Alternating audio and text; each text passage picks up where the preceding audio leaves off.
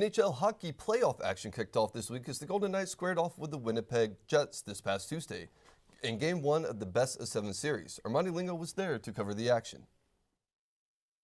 Yeah, thank you, Dom and Kirk. It is Game 1 of the Stanley Cup playoffs for the Vegas Golden Knights as they take on the Winnipeg Jets in a best-of-7 series.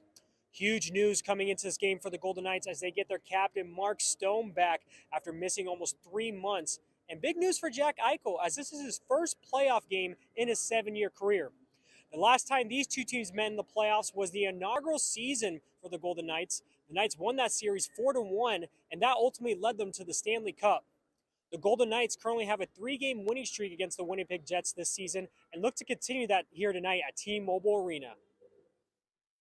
As for every playoffs, the Golden Knights always put on a show during the pregame. Last time it was a split of the Jet, now it's the Dragon burning down the Jet. No goals were scored in the first period, but the Winnipeg Jets get the icebreaker early in the second period as it is a quick release from Kyle Connor to put Winnipeg up by 1. Only a minute later, Pierre-Luc Dubois snipes his one home on Laurent Brossoit to give the Jets a 2-0 lead. Later into the second, the Knights break out of their zone and Ivan Barbashev finds Carlson going to the net, and Carlson flicks this one home glove side on Connor Hellebuck to cut the Jets' lead in half. However, going into the third, it is Blake Wheeler going to his backhand as he slides it past Brossoit to put Winnipeg up by 2 for the second time. The Knights could simply not find their game in the third period, and this empty net goal from Adam Lowry will seal the deal for the Jets. The Jets fly away with a 5-1 victory and take Game 1 of the series. Here is Bruce Cassidy on his team's performance. We didn't defend the rush very well. First period, they had a good chance that they had a real good look where our D made the wrong read. There was a goal there from Connor, same thing. We overplayed and then lost our gap. Now, some of that's forecheck pressure, too, from the forwards, forcing pucks out of their hand quicker. So some mistakes there that they buried.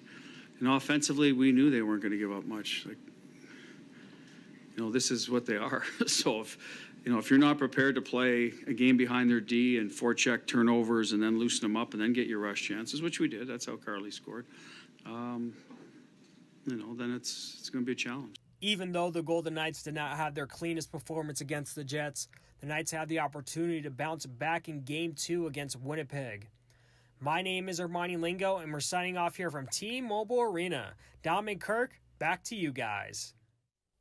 Thanks, Armani. So, heading into Game 2 tonight, Dom, what do you think the Knights need to do to just really turn the momentum in the series? I believe the big thing that Vegas has to do tonight in Game 2 is really win their puck battles. That was a big thing that Bruce Cassidy talked about, as well as some of the other players at the morning skate this morning talked about, was just they weren't physical enough on the puck, and they, as you heard Bruce Cassidy post-game in Armani's hit, he talked about how they didn't loosen up Winnipeg enough, and that's going to be a big thing. They're both physical teams. It's playoff hockey. It's going to be physical. Vegas just needs to be stronger on the puck. What about you? Absolutely. I think they have to take advantage of home ice. They have another game at home. The crowd was really taken out of it last game because of just sort of the dominated fashion of the way the Jets played. But I think if the Knights can get off to a quick score early on, get the crowd, feed off that energy, I think that's pivotal.